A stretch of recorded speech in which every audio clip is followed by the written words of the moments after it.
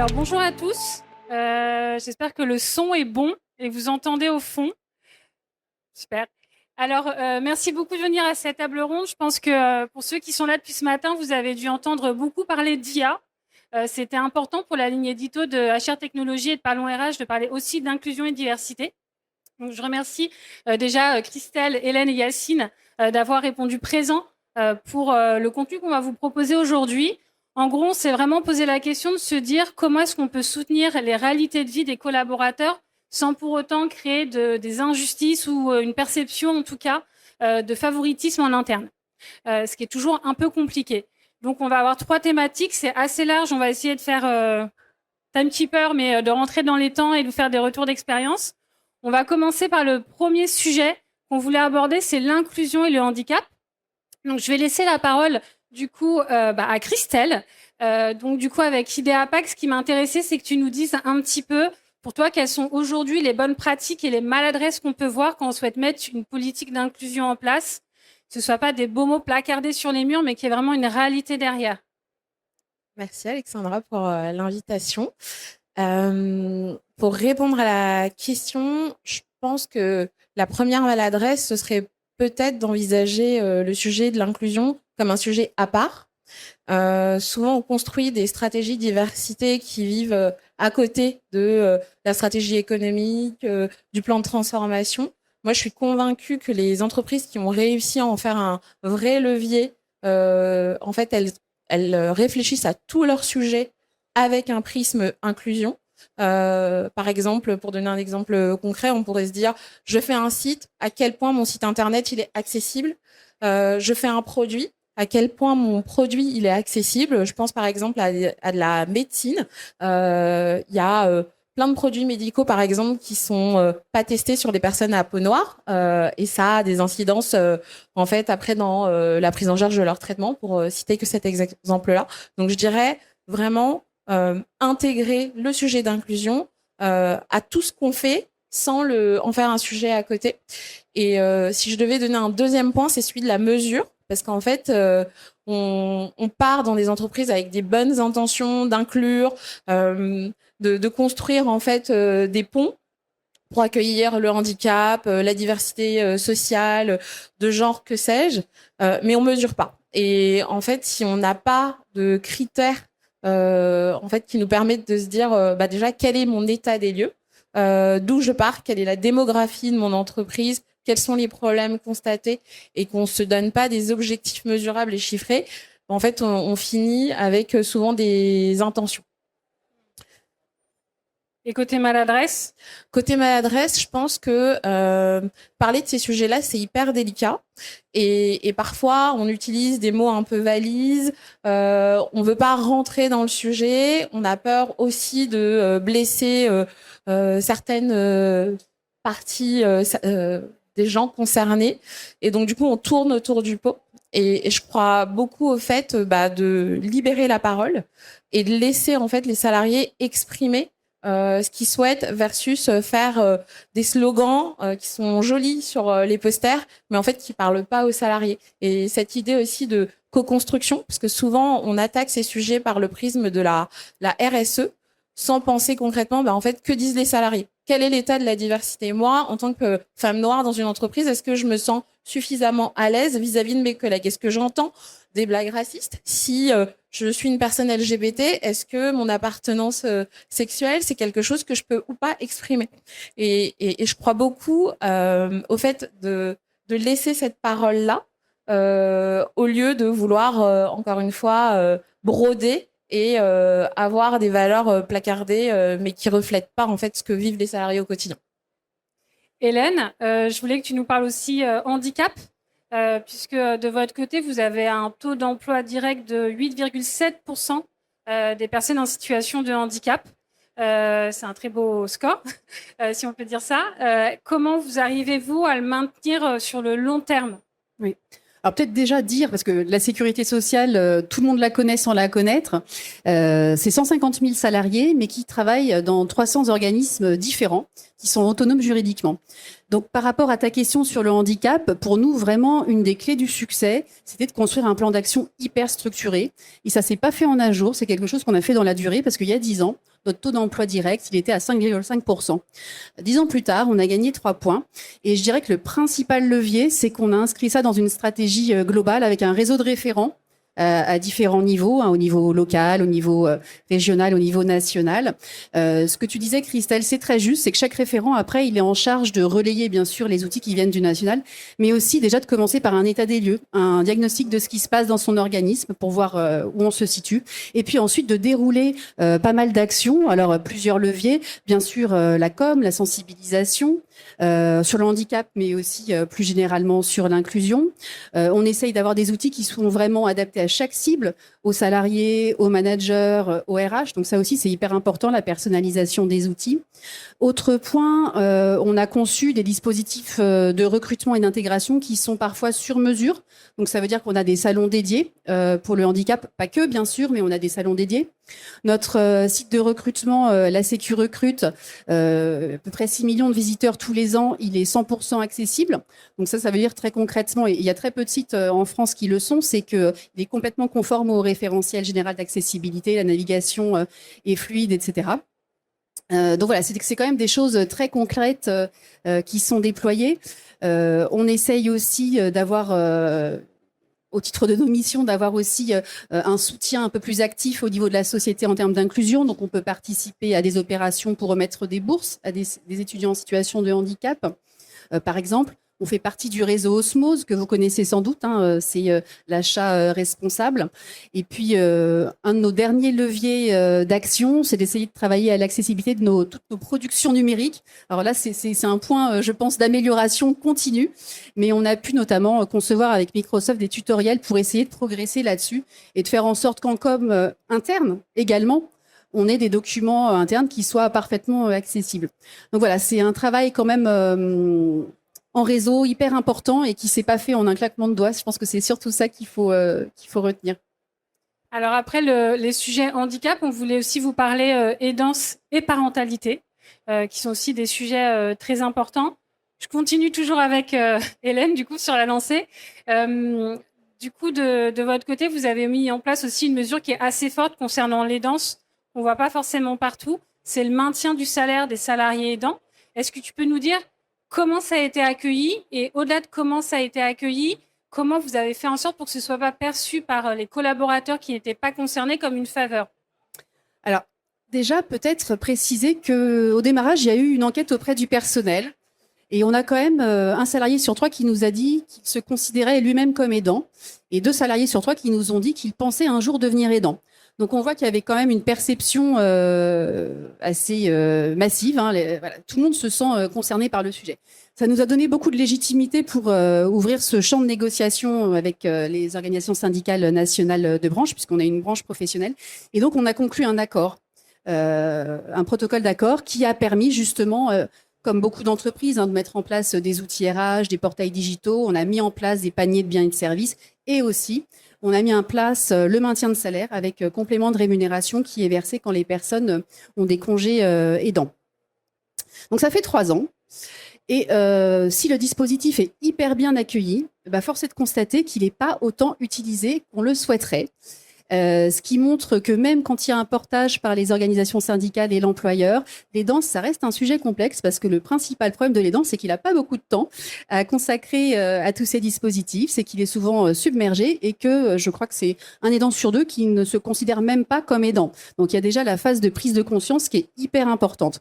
Donc on se dit maintenant qu'on a encore un travail à faire sur comment avoir des relais sur le terrain, peut-être des référents aidants dans chaque organisme qui puissent vraiment porter les choses plus concrètement. Et puis voilà, continuer à travailler sur les outils de sensibilisation qu'on peut avoir. Par rapport à ce que tu disais sur le sentiment d'injustice, ça c'est un sujet hyper important. Alors, moi, parmi les témoignages que j'ai récoltés, ce qui m'a frappé quand même, et je me rappelle notamment d'une personne qui témoignait avoir eu besoin de s'absenter pour accompagner quelqu'un en fin de BI. Et elle a dit qu'à partir du moment où elle avait pu se faire reconnaître officiellement comme aidante, et c'est là que le protocole d'accord avait vraiment une force importante, bah, ça a été très accepté par l'équipe parce que voilà, elle a pu vraiment banaliser un jour dans sa semaine où elle se consacrait totalement à cette activité.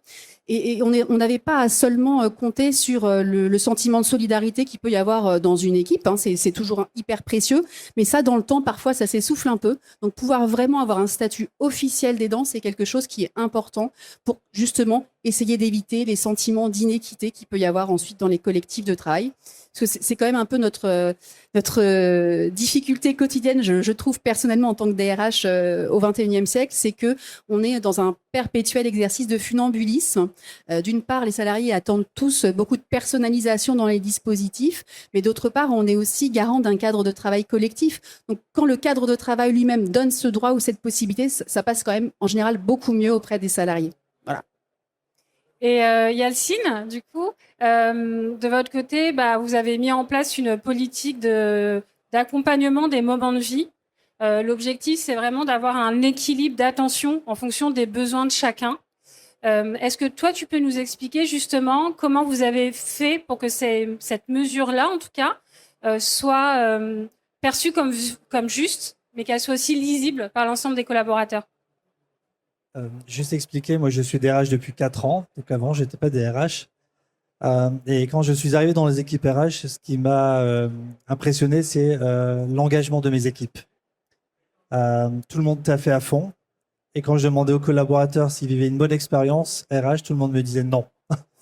Donc c'était très compliqué. Et en fait, j'ai remarqué que ce qu'on faisait à la RH, on était concentré sur j'attire, je recrute, je forme, je fidélise. Ce que moi j'appelle les moments RH, qui sont importants et qu'il faut continuer de faire. Il faut même les innover. Et à côté, j'ai des collaborateurs, j'en ai 3500, qui attendaient, eux, qu'on les accompagne sur des moments de vie. Je suis malade, je divorce, je suis victime de violence conjugale, je suis victime LGBT, je suis aidant, je deviens parent, je déménage, etc., etc. Donc, on a fait beaucoup d'ateliers avec les collaborateurs et les équipes. On a listé 51 moments de vie avec les équipes, les collaborateurs. C'est ces 51 moments de vie qui sont importants pour eux, mais qui ont un impact sur la vie professionnelle, qu'on ne peut pas dissocier.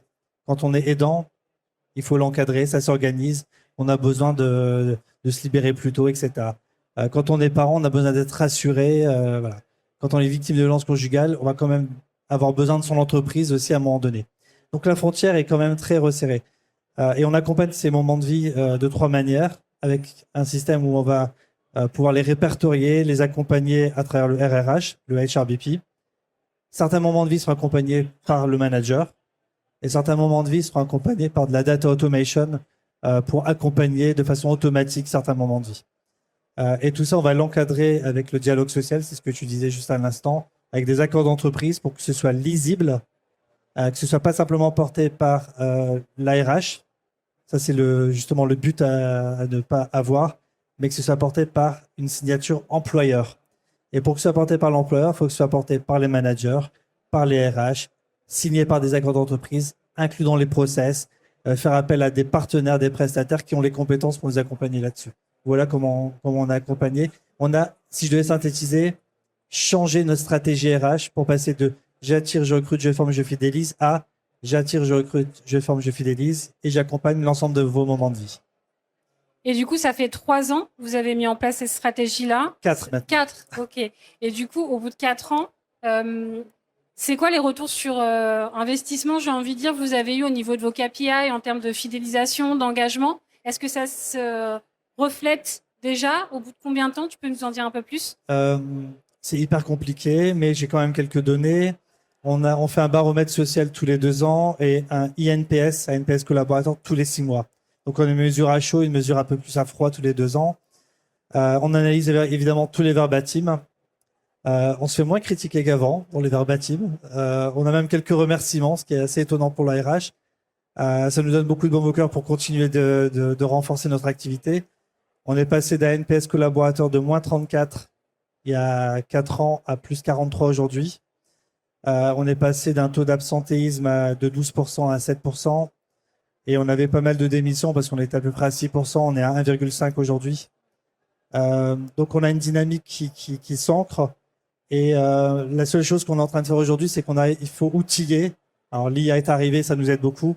Mais outiller maintenant nos HRBP avec de l'IA pour qu'il n'y ait aucun moment de vie qui soit loupé et qui soit, je dirais même mieux, anticipé, en fait.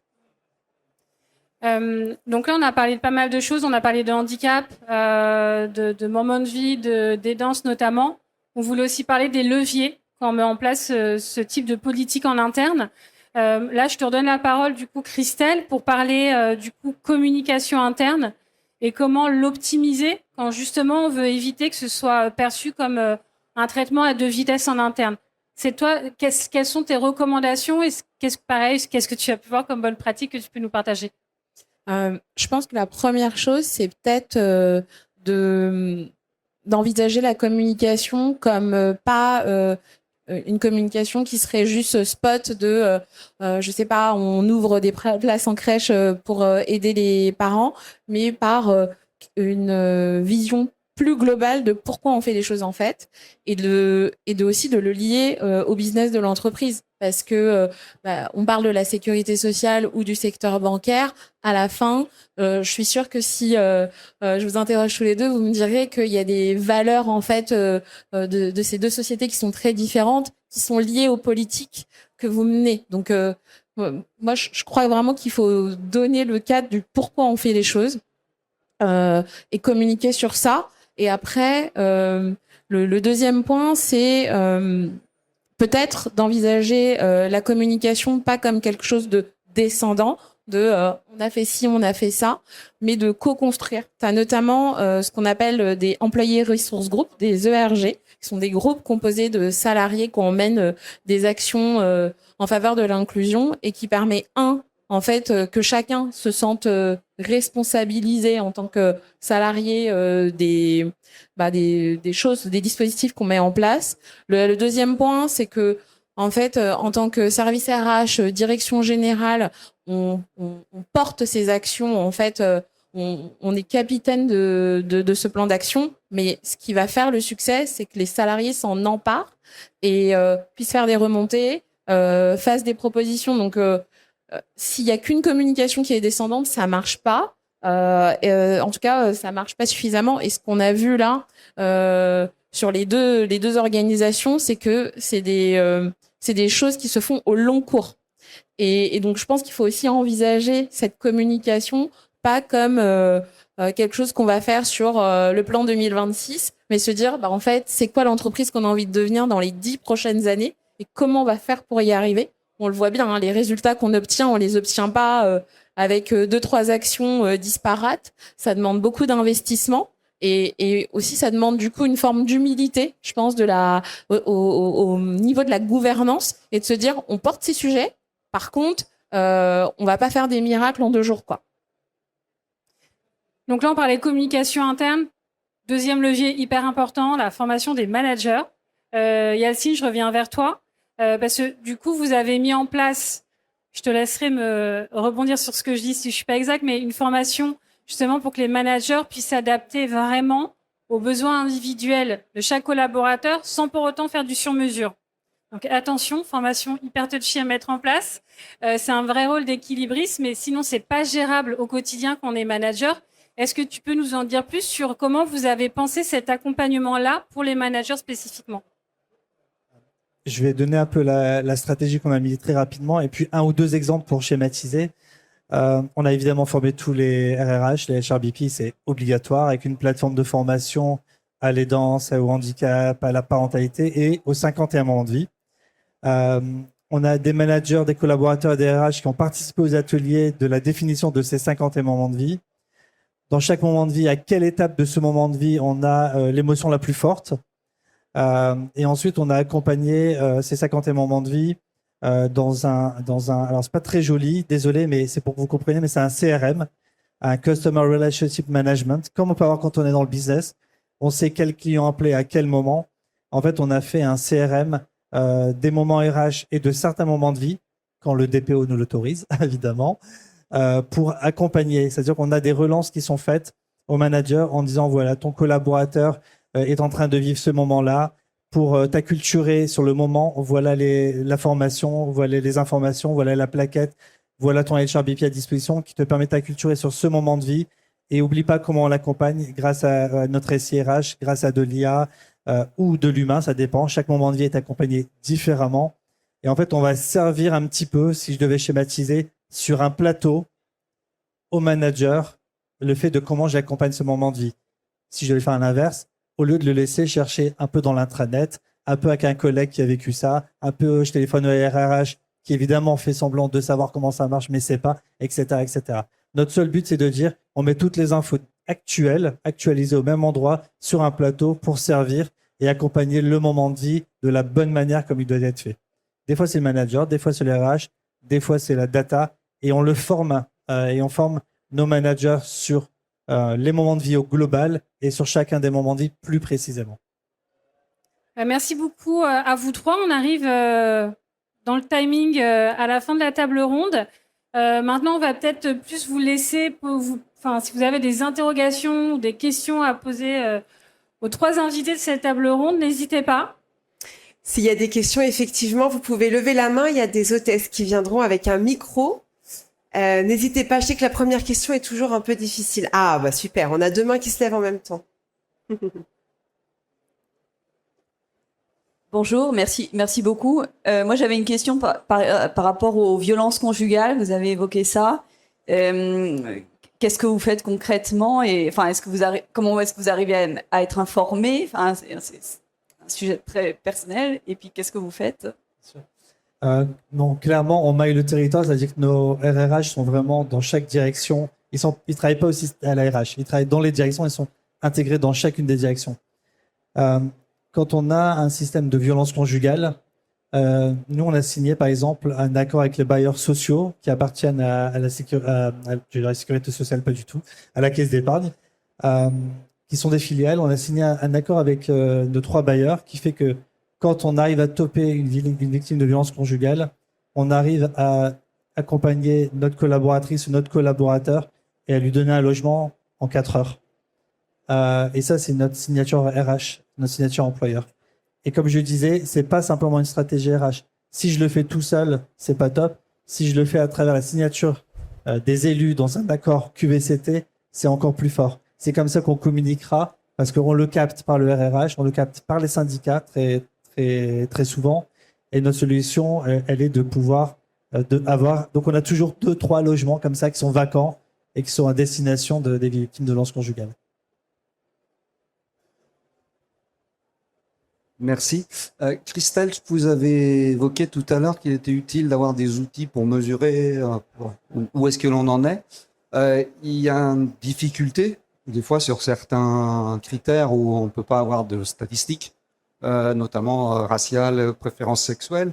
En-delà de l'enquête que l'on peut mener en anonymisant, est-ce qu'il existe des outils pour nous aider à mesurer, parce que c'est aussi la complexité, savoir où on en est, mais comment on progresse et mesurer les progrès. Super question. Alors, sur ce qu'on a le droit et pas le droit de faire, je voudrais bien revenir là-dessus. Je vous invite à vraiment aller dans le détail de ce que la CNIL, en fait, autorise et n'autorise pas. Il y a, en fait, une légende urbaine sur le fait qu'on puisse pas demander aux salariés, notamment leur appartenance à une ethnie, une race ou autre. C'est faux. Ce que dit la CNIL, c'est que ces enquêtes, elles doivent être définies avec un objectif précis. Donc, en fait, si demain, tu as envie de mettre en place une stratégie d'inclusion et que tu poses certaines questions de à quel groupe ethnique t'identifies-tu, tu as le droit de le faire. Et donc ça, je pense que c'est hyper important de reprendre les textes et de se dire, en fait, où se situe la frontière. Et sur les indicateurs, alors, tu as des entreprises qui proposent de faire ça, mais c'est quelque chose qui est accessible si on a une data dans un CRM ou dans des outils type SIRH qui sont très simples. Pour citer quelques critères, tu as évidemment le genre, tu peux avoir l'appartenance sexuelle, tu peux avoir aussi le quartier de résidence. On oublie souvent que en fait le lieu de résidence c'est aussi potentiellement discriminatoire. Tu peux avoir la situation de famille. En fait, tout dépend de ce que tu as envie de faire et de la démographie. Donc, déjà, commencer juste par, en fait, il y a quoi dans mon effectif? Quelle est la composition de mon effectif? Et décortiquer ça. Ça me paraît être l'étape zéro d'un projet. Si je suis dans une entreprise de la sécurité sociale et je me rends compte que des personnes qui ont une reconnaissance RQTS, elles représentent, je sais pas, 8% de ma masse salariale, en fait, ça veut dire quelque chose. Et peut-être que, je sais pas, si je me rends compte que dans mon comité de direction, il y a 20% de femmes et 80% d'hommes, bon bah en fait quelque part je sais où je vais aller creuser. Donc il n'y a pas de réponse universelle à quelle data mesurer. Moi je partirais vraiment de l'effectif, du diagnostic en fonction de différents critères et qui sont facilement trouvables. Il suffit de regarder les 26 critères de discrimination et de faire une cartographie de ça dans son entreprise et d'en faire une synthèse. En fait on va vite pointer là où le bas blesse et à tous les strates de la direction. Enfin, de l'entreprise, quoi. Il y avait également, voilà, une dame qui avait levé la main. Voilà. Merci. Alors, c'est une question pour Yacine, plus particulièrement. Moi, je crois beaucoup au collectif et au collectif organisé autour des moments de vie, puisque c'est des moments qui nous amènent aussi à développer des compétences un peu spécifiques. Et je voulais savoir, est-ce que vous intégrez ça aussi dans votre approche par rapport aux managers en relais des RH pour que ces communautés prennent aussi leur indépendance quelque part? Alors oui, on le fait. Merci pour la question parce que c'est vrai que on pourrait croire que c'est des moments de visitation isolés, tels que je l'ai présenté. Donc merci beaucoup pour la question. On fait beaucoup de collectifs, on met en place beaucoup de dispositifs. Moi, je l'ai fait clairement en changeant la culture et le modèle de leadership. Je vais dire ça comme ça. Si je venais from scratch dire voilà, en collectif, on peut faire l'action 1, l'action 2, l'action 3, du codev, de la formation, de l'échange entre pairs, de l'immersion, ce que vous voulez. Ça marche, mais dans la durée, ça tient pas. Ça, c'est ce que j'ai remarqué. Donc, on a changé le modèle de leadership et le modèle culturel. Un modèle culturel qui relie le business à la RH. On a des signatures relationnelles employeurs qui sont les mêmes signatures relationnelles pour le client. En toute humilité, c'est ce qu'on essaye de faire vivre. Sans me gourer, je vais essayer de les citer, parce qu'on en a 5.